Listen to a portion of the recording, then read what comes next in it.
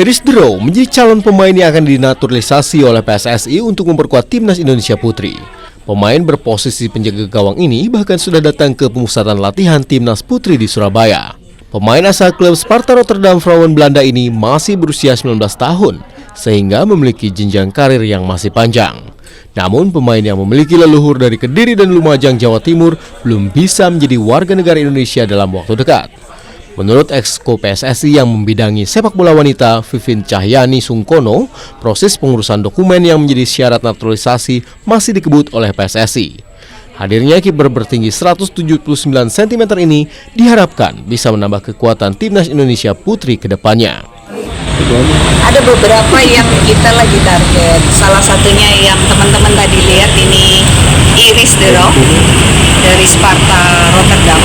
Posisinya kiper. Dan kebetulan kita sudah trial di sini, coach Mojinya happy dan kita bisa lanjutkan ke proses yang selanjutnya. Kalau mau ditanya akarnya dari mana, ini buyutnya dari Kediri, oma opanya dari Lumajang.